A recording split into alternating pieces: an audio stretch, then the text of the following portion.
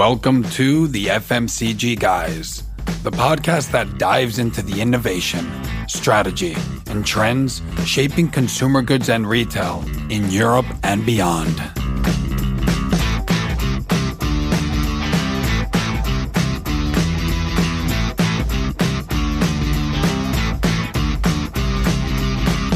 Welcome to the FMCG Guys podcast. I'm your host, Daniel Torres. If this is the first time you tune in, you'll want to know that we're likely the top podcast in consumer goods and retail in Europe and beyond. Yes, our name is a bit misleading because we are the FMCG Guys, but we do interview lots of people in retail as well and other sectors as well. Today, we're actually talking about consumer goods, but specifically within the health and wellness category, which is a category we haven't tapped into extensively yet. Maybe we've looked at other categories that maybe are not more usual, more supermarketable. But today we're going to learn a lot. And I couldn't be better accompanied because we have with us Charlotte Bailey-Sane, who's the marketing, digital, and e-commerce director. Wow, that's a lot at ADM. Hi, Charlotte. Good to see you. Hi, Daniel. Last time I saw you was on a boat in Barcelona doing Shop Talk. Yes, indeed it was. Quite a windy and rocky boat, but nonetheless, it was excellent to see you and lots of other familiar faces. Yeah, exactly. It was an eventful ride. I think that at the end we saved it. I think people had a good time, but yeah, it was one to remember for sure. Absolutely. So Charlotte, we'll go later into like your current role, what you're doing, why your title is so long, and what are the consequences of that. But I'm curious to know how did you start your career? Yeah, sure. So I started my career actually as an intern at a company called Brand Learning. This was back, it's Olympics year in London, so you can figure out how old I am. And this was a great opportunity where I got to work with people from Unilever, from Coke, from Pharma, from all of these amazing different places, and just listen in and be part of the conversations that they had. And it really was the thing that promoted me into what I do now. So having the experience of that, I then went on to work in advertising. So I went to McCann and I worked on a retail account with Aldi, the supermarket. So all of the leaflets that you walk on in the stores, I was a big part of making those. So I still pick them up and put them back today. Oh, do I? I learned that from my mom, actually. I'd always hate her for that. And now I find myself doing the same as her. So yeah, that was where I started. And to be honest, that was the role that really made me value being in an excellent team. It was a very tight-knit community. It was a lot of fun, but equally, as anyone working in retail will know, it is relentless, even more so than FMCG. So I got all the experience. I learned probably 5 years in 1 year. Yeah, it was a great starting point. And that was obviously, I never mentioned that you're based in the UK. I mean, people probably can look at your LinkedIn and will have guessed by the accent. What did you do after McCann, and how did you end up actually working on the brand side? Yeah, so that was my agency stint as far as my career went, and at that point, I realized that it was definitely more fun to be on the brand side. I saw what I was working with, I guess, on the other side of Aldi, and went, yeah, that looks like it's much more fun. I'm doing more than just communications. I'm doing all of this total wheel of marketing. So I went and looked for a new role in FMCG specifically, and I went to look at all the big players to see who would have me, basically. I then went to Reckitt, which was I think just about year experience for me. Everybody has cultures they like and they aren't so great in, but it definitely accelerated my career early on. So I went there and worked in shopper marketing, which is also where my e-com career really started, because they just hired in their first e-com kind of bricks and clicks NAMs. And yeah, everybody I was actually recruiting for Reckitt, not working in Reckitt, but for an agency where Reckitt was a client. And I do identify the time. It was very nascent. It was an interesting time. It really was. And it was a time where nobody quite knew who was supposed to do what, but everybody needed something. So I tried to fill that role. I was officially shopper marketing for the in-store side, but I enjoyed working with the Ocado and Asda.com and Amazon. So yeah, I ended up making lots of different banners with various different tiny pack shots on them. Yeah, and at the time, like e-shopper marketing didn't really exist as such. So it was really like the beginning of like the digital shelf, which wasn't even a concept back then, right? Yeah, exactly. I was lucky enough to go to some of the Ocado meetings with the NAMs and talk about what it should look like, how it should be. But we did not have any of Oliver Bradley's guidelines at that point from Unilever. They were not yet in existence. So it really was like test and learn and see what happens. Yeah, and then in looking at your LinkedIn, everyone can check it out. You've worked in other like household names, Mars, Danone, Hero. Um, so you've developed like your career basically a lot in e-commerce, a lot in digital. I mean, is there something that you particularly liked about this space that you made you like stay in it? I love that there isn't a right answer. I very much felt when I've spent time in more traditional marketing roles or traditional sales roles, there is a playbook and this is how you do it and this is how it works. And honestly, I'm not very good at that. I'm much better at challenging the status quo and asking why. And e-commerce really fits my curiosity. So yeah, as much as I've tried to go away from it, I think my roles at Lint were much more traditional sales. I then found myself at Danone straight back into e-com. So it's definitely a passion. There's always something different to do. And I know that you're currently managing a big team. I mean, a couple of teams at least. When in your career did you take on your first management responsibility? Because I think that that's like a big milestone in someone's evolution. It's a really interesting question, right? So I feel like I've had so much team responsibility indirectly through my career. So officially in Danone, I had a team, and in this current role, I have a team. But the indirect teams I've managed, I think, is what's led to me being successful at leading a team. It's much easier when they report to you. It's much more challenging when they don't. I think what I learned at Hero, working with the country, then making sure that your global strategy is delivered locally and all the challenges that can come with that, indirect line management shouldn't be underrated. Why? What did that look like? There's a lot more stakeholder management. Depends on the size of the business and whether you're a stakeholder managed business or a family owned business. But there's a lot more alignment with different team members. You have to pitch for budget that doesn't technically sit with you. You have to convince more people why they should do something that maybe doesn't align with, what their line manager wants. So I think when I'm looking for team members now, I'm not always directly saying you have to have managed a team before. I'm saying how have you influenced other people and how have you got those skills that you will then leverage as a team lead. Yeah, and another way of saying it would be that you have to get people to do what you want them to do without you being their boss, right? Yeah, exactly. You couldn't have said it better. Yeah. Is there anything that you think you learned when you took like that direct line? Apart from it looking better on your CV and so on. It's easier and it's harder. So I think the easier part is there's far less influencing, there's far less stakeholder management and convincing. You can directly say what you need and you can expect for it to happen in some circumstances. I think the hard part is detaching yourself. So I'm clearly very passionate about e-commerce and I have a head of e-commerce. So I have to make sure that I give them the space to do their job in the way that they want to do their job and that I'm not meddling too much. And I think for any first-time line manager or anyone with a bigger team, not getting into the detail and sticking where you need to stick and managing upwards is the first learning curve. Yeah. Yeah, because when you're global and they're implementing locally, then it's like another... Yeah, you just have too much work to do also when you're in a global role that you can't physically be on top of every implementation. Well, when it's your direct team, it's a different story, no?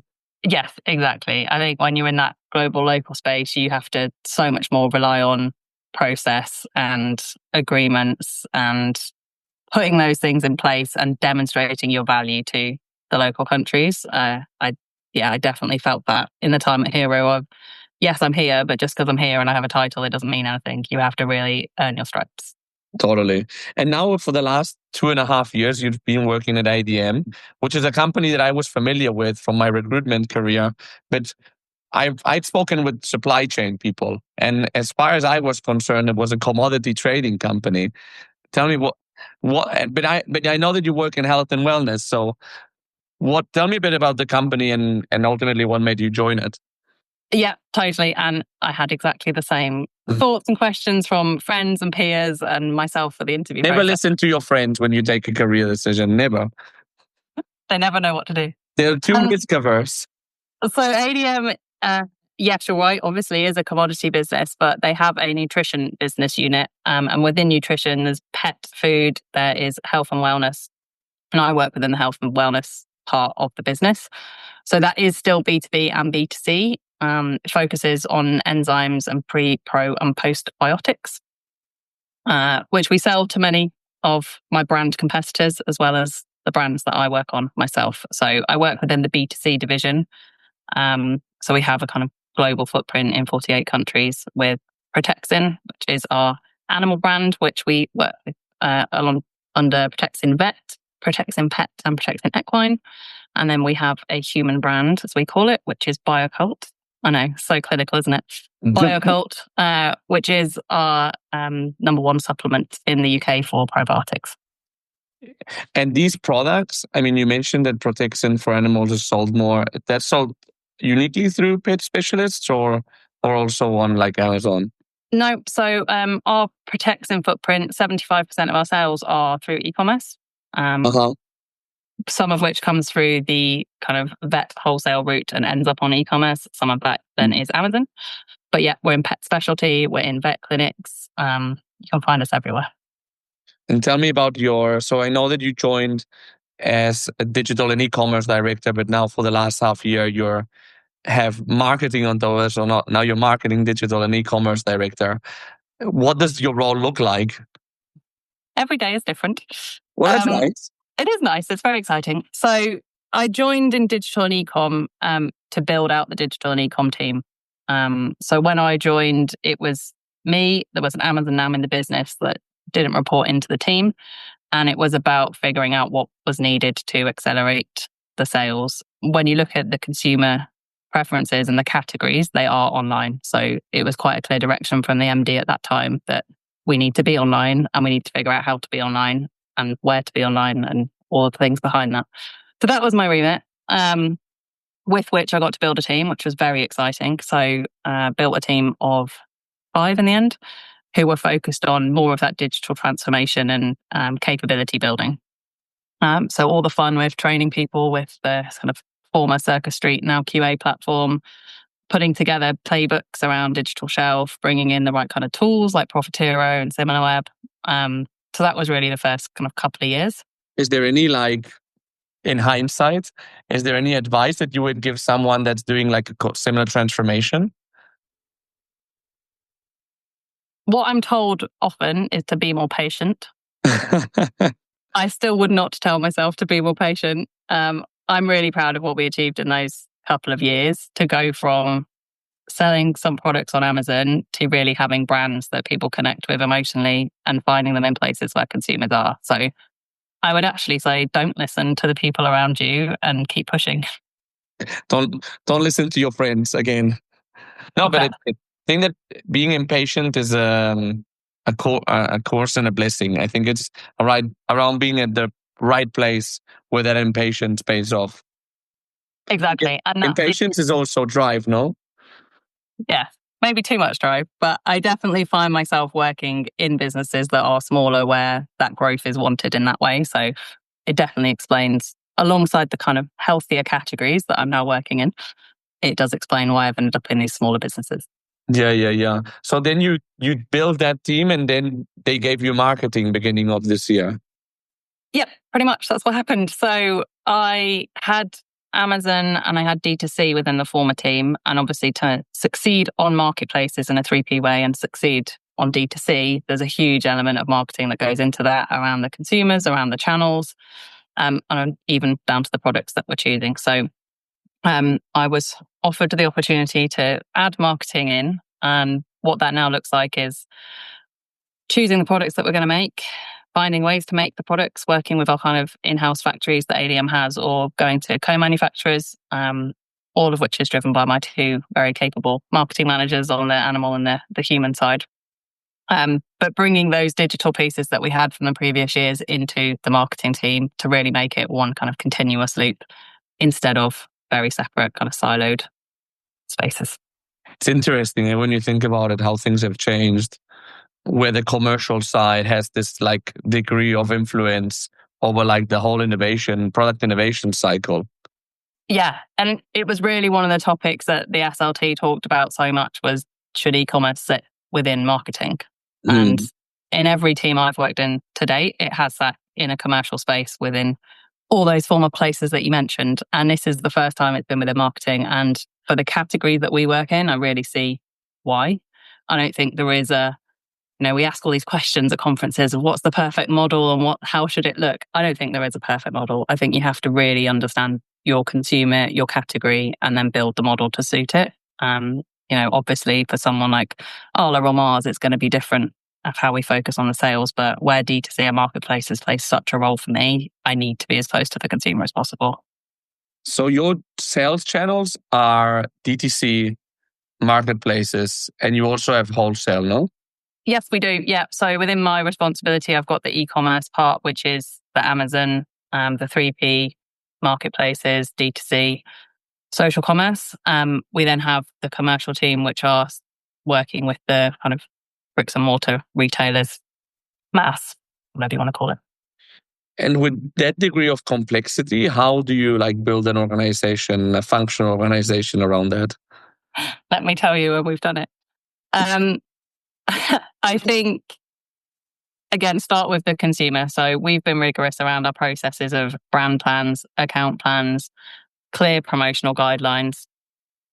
For the different channels, the speed at which we have to work has been the adjustment that the organisation has needed to make. So we are in very regulated categories. We are reliant on the regulatory teams to allow us to say things or produce materials. So the speed at which you need to do that for social commerce or for marketplaces and D2C has been a new experience for them. So there's been a big educational piece of kind of how we can work together on that. We have a lot of channel conflict. I think it's something that every FMCG or every business really faces. And we're trying to build out much clearer pricing and distribution guidelines and make some steps in the right direction. Interesting. Is there? Yeah, but I guess it's a conflict that also you kind of need to have, no? I guess delaying that conflict doesn't do you any favors. No. And I think every business I've worked in has had the conflict and to some extent hidden from it. Where, when Amazon was a much smaller player and it wasn't where your sales were, having a few people selling your product there wasn't a big deal. But I think we all now know it is a big deal. And brand protection and your brand equity is really something that you need to be looking at and protecting as much as possible, whether that is just what you look like online or right through to the counterfeit piece. And you mentioned, by the way, that marketing is kind of super important when gluing these different channels together. Like how so? We keep anchoring back to a brand plan. I think everywhere that I have worked and what I've seen is that is the thing that needs to be the source of truth. It doesn't always go down well. We have a lot of sales marketing conflicts that every business has that are healthy conflicts. But you have to anchor back to the main thing. The consumer has to experience your brand in the same way. So if you're not thinking consumer first and thinking about what are they seeing, feeling, experiencing, what's the emotion that they're getting from this, it can't be different from two different channels. So it has to come back through the brand. Interesting. And it makes me think of like the likes of L'Oreal, for example, that have like a very strong brand directors and so on. And they've obviously been very successful. So it's very interesting. And one other thing that I'm very interested about is that you have a DTC channel that's kind of become, for an FMCG listeners, like in food and personal care, home care, apart from cosmetics, maybe it's become a bit of a dirty word, like a model that's been kind of written off. How have you guys made it work? That is so funny. Like, yes, it is very 2020, isn't it, to talk about D2C? But totally. In my case, so we have a D2C for the Biocult brand, a D2C for the equine brand, which really is the one you would think is a surprise. And we're launching very soon the pet D2C as well. For equine, so we changed our business model. We used to have field sales teams that would go out and call on different areas. And sorry, what is this brand? Protexin Equine. It's what? Protexin Equine. Oh, okay. So that is our Protexin is the supplements that we have then for the horse. Mm-hmm. Consumers, it's the most successful D2C that we have. It has an extremely engaged audience, small audience, but very engaged.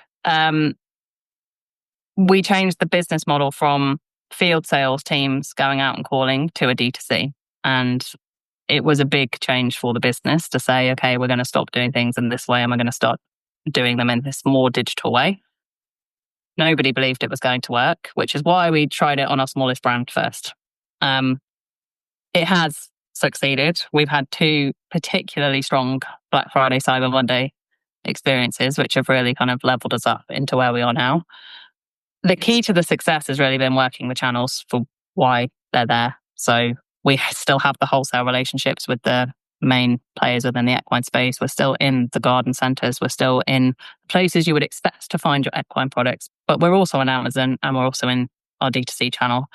Amazon really plays that role of reach and availability. D2C is where you go for the real experience. So whether it is getting kind of bespoke gift with purchases, whether they're kind of digital gift with purchases or physical.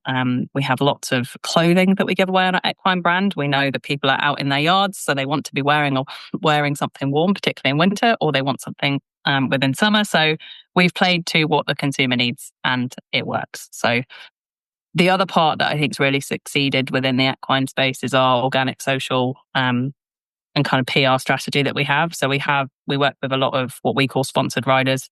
So within the eventing community, we sponsor people that go to badminton. We have people that are advocating for our products. So it's not just coming from us, it's coming from people in the community, which whether it is an equine product or whether it's your cosmetics or in kind of other areas that you mentioned, I think that is the piece that unlocks D2C when you have that engaged audience. And I guess that you have to adapt. I mean, I have very clueless about the equine product, I have to confess. But I guess that you have to adapt like the how do you call it? The assortment, so it makes it worth selling online for the right price. Like you need a minimum price, no? I guess. Yeah, exactly. I mean, what I'm working with and why D2C works so well is the high value products. So our products are £30 plus. You're going to get the AOV that you need to succeed when you're working with a D2C P&L. Equine in particular, we're talking £100, kind of £250 average order values. So yes, it's very successful for that reason. The products are heavy, so there is a consideration to be made there. But on the pet side and the Biocult brand side, lightweight products at a high ASP is a winning success, or at least the start of a winning success for D2C. Is there from an external perspective but somebody that knows the industry very well, is there any advice you would give people that are working in home care or food and so on in FMCG about potentially venturing into DTC? You have to make your channels work hard, and you have to know how to make your channels work hard. And I don't think that in traditional FMCG, brand marketing is taught to have that approach that challenger brands have with their channels. So yes, you need to have the basics of the logistics and the economics that are going to make your product work. It has to be lightweight to some extent. It has to have an audience that wants to buy it. And you have to be able to reach a solid AOV to kind of continue. But I think they're the easy parts. I think once you get into doing it, how you manage CRM, how you manage your social and your influencers, it has to be totally joined up. If it's not joined up and you're working with a marketing team that are going in one direction and a sales team in a different direction, that's where the challenge comes. Yeah, it's a big cultural shift, really, no? Yes, totally. I think if you can prove back to your business the pieces around what's your category doing. So in my category within pet, particularly D2C is the only channel that's driving growth within pet supplements. So if we're not on a D2C, we're not growing. And that's quite a nice argument to be able to take that back to a business. You're a monitor, by the way, for anyone that needs it. Yeah. What about 3P? So one of the benefits operationally for me on D2C is that you use the same logistics for your 3P marketplaces. So I spent a lot of those 2 years talking to many different providers for 3P, whether we own the product ourselves and kind of store it with them and then we make the sale when they sell it, or whether we sell the stock to them and let them sell on from there. As everyone that listens to your podcast will know, there's thousands of different routes to do this, but figuring one out where you can reach those marketplaces as well as your D2C enables you to do both, even if your D2C economics don't fully stack up on their own. So it's really helped us with the scale that we needed to make that work. What about this is very basic, but the difference, like when you do 1P and 3P, is it a strategic choice? Does it really depend on the retailer? So yes, it's always going to be a strategic choice. We are 1P with Amazon in the UK, and we have a great relationship with vendor manager. I think it depends on what your situation with them is, what size you are, how you're being managed by them. 3P, so many marketplaces are only 3P, and if we don't have the option to be 3P. With Tesco Marketplace opening in the UK, with Holland & Barrett opening a marketplace, and Superdrug, like, we have to be able to be where the consumers are, and we have to be able to be part of that larger assortment. So it was a bit of a no-brainer. We had to find a solution. It feels like retailers want to push that 3P model, no?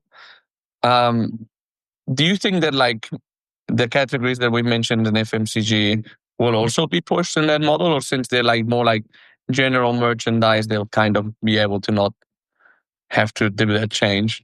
Yeah, I think if we're classing FMCG as only in the food space, then yeah, I think it will be more challenging. But I think to get your tail SKUs listed, it's going to be a good opportunity to prove that you can make them work. It also gives you the opportunity to prove it to then get the listing or increase your distribution in the kind of wider retail space. Within pet, within cosmetics, within beauty, like absolutely, I think we should all be on those marketplaces. Could potentially be a good opportunity. And I think that's a bit the dynamic that we're seeing for smaller players to disrupt the market. Well, it seems like disruption is a word that we buried with COVID, and it's kind of resurfacing again, no? Yes, disruptors. We're all disruptors. Yeah. But that word kind of disappeared, right? Because you remember with COVID, everybody went back to like the traditional brands. Yep. Which was very interesting, especially like in the consumer goods, like FMCG space.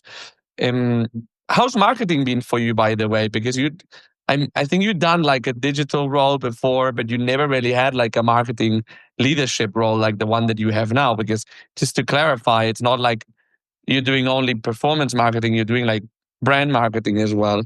How has it been so far? It's a steep learning curve. It's a very exciting learning curve, but it is definitely a steep learning curve. I think 6 months in, I'm finally reaching that point where I feel like I can cope with it. But there's definitely been the rocky road that everybody goes on in a new job. It's taught me that I have to trust the team and I have to let go on some things, right? And back to your leadership point earlier, you have to enable your team and you have to let them do their jobs and have the autonomy. I've got 2 fantastic marketing managers from Nestle, from Unilever, who know exactly what they're doing and can teach me what good looks like. And they're very good at using me to get what they need in terms of go back to the SLT, we need to challenge this, we need to challenge that. I think having the opportunity to use all of the digital data that we've got from all of those different touch points and bring it into product innovation is the thing that I'm most excited about. So how we actually use the operations, the tech, and the feedback to put into the ingredients that we're using into the products that we're producing, that's the bit that I'm really excited about. You open an interesting one here, which is one of the multiple debates that we're seeing in marketing. Because Charlotte, you've joined marketing, I think, right at the moment that it's never been as fun. Well, I don't know if fun is the word, but as central, I think, and as fascinating, but as challenging at the same time. So there is a debate of like, well, there's a couple. One side is like, should it be reliant on data or should it be reliant on gut feel? That's the first one. And the second one is like balancing performance marketing and brand building, which they're kind of similar questions, but not exactly the same. Yep, I hear you. So gut feel versus data, there is value in both. I'm going to sit on the fence. So I am a very data-driven person. People in my team are very gut feel people, but we all have different experience from different places. And I am much more about the test and learn, surprisingly, from my background. So we will put money towards things and we will then justify whether it works or not. I think if you work in a shareholder-led business, gut feel is a challenging way to go, to really work with an ad agency and take that leap on whatever communication style you're going to do and throw the money at it, is going to come more in those businesses that are either challenger brands or disrupting, as you said, where they can afford to do that, or it's going to come through those kind of privately owned businesses. If you are backed by a venture capitalist or if you have shareholders, I don't think that you're going to be doing as much of the really gut feel based marketing. On the performance and brand piece, it's a hot topic right now. I think we've all seen what happened with Nike, and you don't want to kind of go down the same routes and follow that, whether it's Nike, Adidas, every different brand that's tried it. Here's loads of pictures of a shoe rather than here's why you should connect emotionally. I think one of the things I'm working really hard with my business on is to get them to understand the value of the emotional connection more and more. I think it's about the emotion. It's about the community building. It's about people wanting to choose you when they can choose anything else and they can find anything else, particularly on the internet. So how we bring that into it, from a measurement point of view, yes, I'm always going to continue performance marketing. We have D2Cs. We have to do performance marketing, but that has its purpose and has its role. What I've tried to do in our KPI framework is to bring the brand building through to the kind of people above me that make the decisions on how much money I can have. You have to demonstrate that you've got ROI. You're not going to demonstrate with the brand building activity that you spent it in May and it's delivered in May. You have to go back. So how we attribute things that we did in May to what's happening now is the bit that I'm trying to work on with the team. Yeah, exactly. Because that's like more like the brand building piece, no? Yeah. So we do both. I would love to talk to as many people as possible about brand building. So please hit me up and tell me how you convince people. Well, obviously your LinkedIn details will be on the show notes. So if anyone wants to reach out, you'll be there. No, but I think that the marketing space is so fascinating. I think in our events this year, in Candid Commerce and probably some dinners that we're going to be doing, I think it will be a debate that we'll keep on having. When you talk about like building an emotional connection with the consumer, which is totally necessary, because if not, basically like you run the risk of being commoditized, no? Apart from the actual experience of the product and so on, how do you do it in terms of like marketing channels, like traditional media with like new channels like influencers, retail media? Pretty much all of our spend is going to be on something that is digital. We don't even really do out of home. So we are very focused on that because that's where our consumers are, right? So I'm not saying everybody should be digital as much as my background might suggest that, but our consumers are in those channels. So organic and PR plays a really big role. So we have so much work to do in terms of backlinks to the site, really leveraging SEO, which I really think is an underutilized channel for so many people. How we're showing up with kind of creators through to influencers. So using them for the different purposes, doing the right type of social seeding with our products and getting them out there to people. From a performance point of view, so making a lot more creative. So something that we've worked on is finding the right technology to enable us to produce content at scale. I don't think we're unique in that, but you need so much content nowadays to pump into Meta to make it work and get those different click-throughs. So we've been really working on that, particularly for video. Getting all the channels to work together, I think, is often overlooked. We have so much granularity that goes on of, is this exact thing? How can I tweak something? But actually coming back up and saying, right, what is the consumer's experience of this brand? How are they seeing us in search versus social versus on the website? And it sounds so basic and like a well-trodden path, but I think it's really easy to forget when you've got so much going on in so many different channels. But we follow that basic playbook and we iterate and it works. And the creative piece is an interesting one, no? But sometimes it's overlooked. Sometimes it looks like, well, at the beginning, like 10 years ago, it was like distribution, right? Just be online and like sales will grow automatically. Then it became more about like, how are you on the first page? Product information and so on, of course, very important still. But I think that the way that your brand actually shows up and the way that it looks. I mean, I remember when I was a kid, I would choose the book with the coolest cover, right? So Yeah, exactly. And when you think about, particularly on the marketplaces side, when I started in this role, my biggest pet peeve was that we looked awful on all these marketplaces across the world because people were selling us there, but they weren't making us look good. And the first port of call was really, who's selling it? How can we work with them? How can we give them the content and make us look better as a brand? Like, not about stopping them selling or not about policing anything, but just we need to look good as a brand in all of these different touch points. And that needs to be the first experience that people have with us. Yeah, and ultimately, like if a distributor is in the middle and, well, nobody likes to change what they're doing, no? But I think that if you show them that by changing and using assets that you're sending them, they can sell more, I guess it kind of makes sense, no? I know that people don't don't always act logically, but I guess that's kind of like the dialogue, no? No, nobody acts logically. I think that is definitely the highlight of the career. You have to understand the motivation to understand how you can work with them. But yeah, I've had some real success working with export teams in various different roles across the businesses we've mentioned, and you have to give them what works. So making sure that they can be supported, and they've probably never been asked the question. So often it's an assumption that we make of they don't want to do it, but actually go and ask and give them what they need, and they probably do want to help.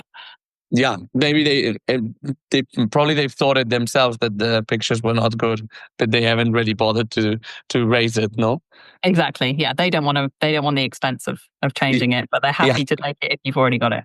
Yeah, exactly.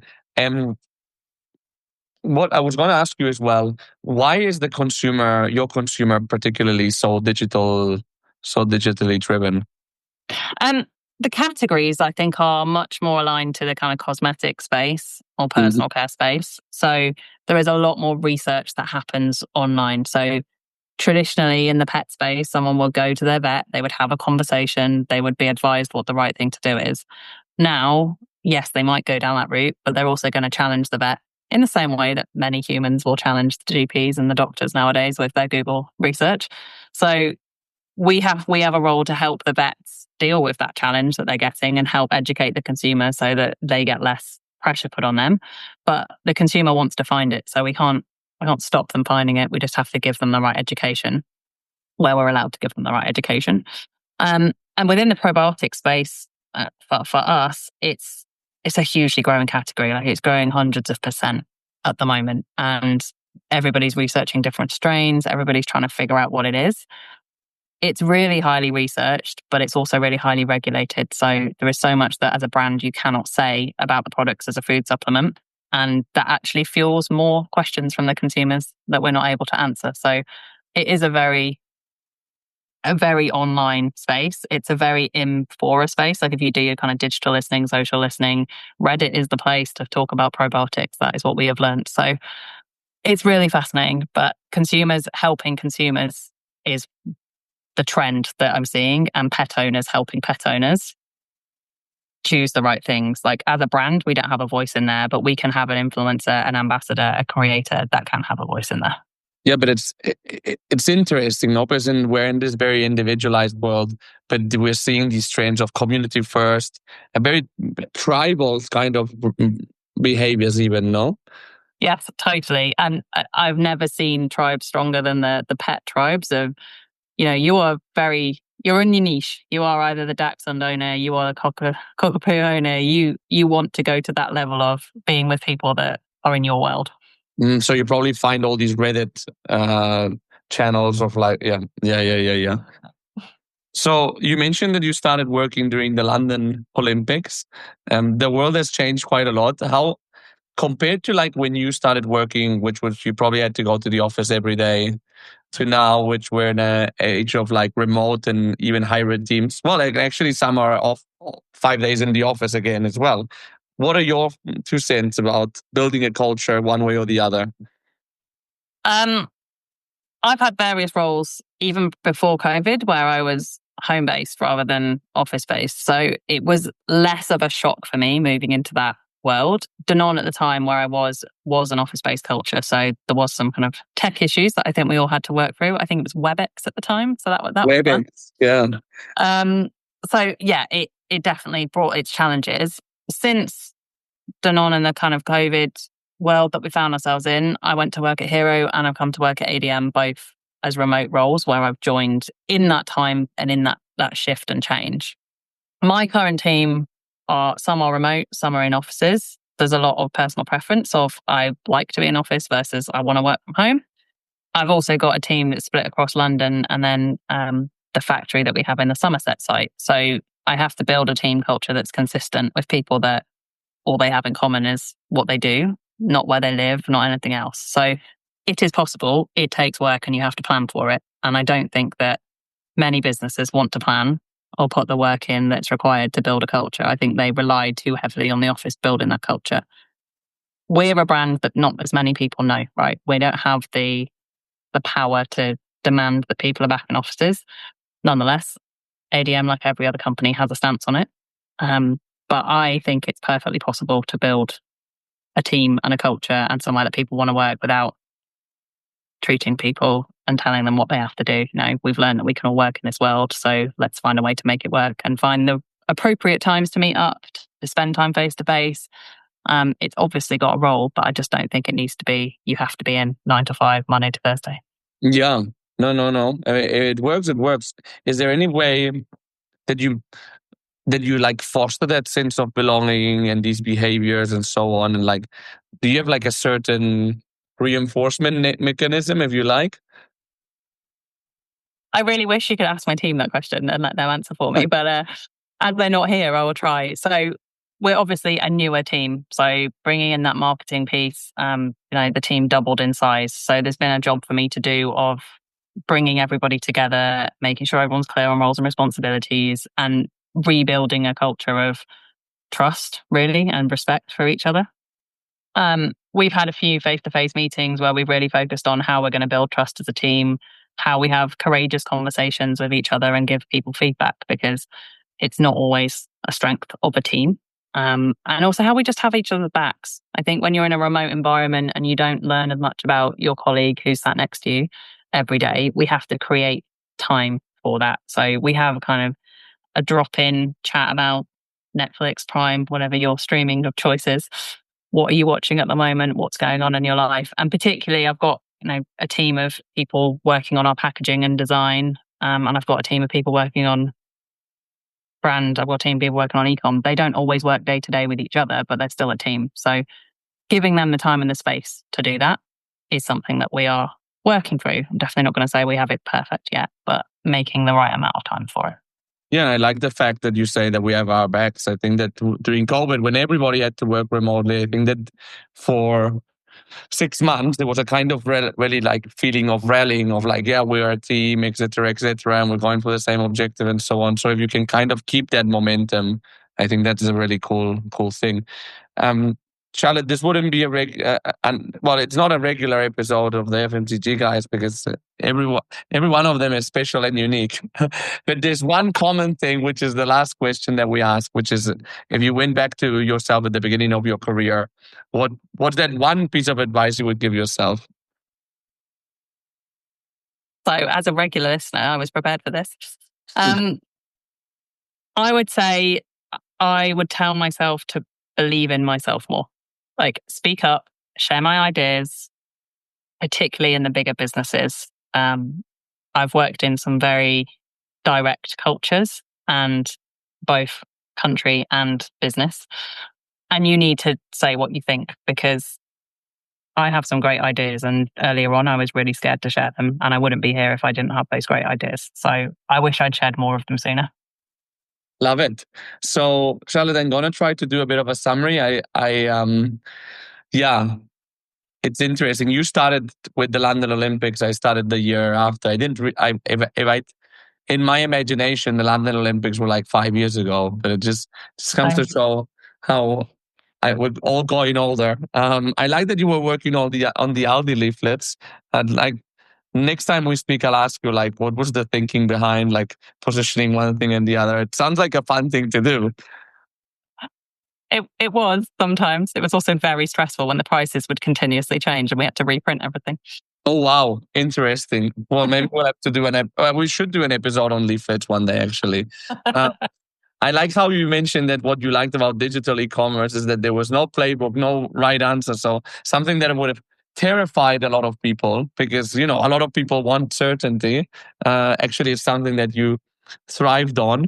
I like how you divided your business in terms of like your two customers, animals and humans as well.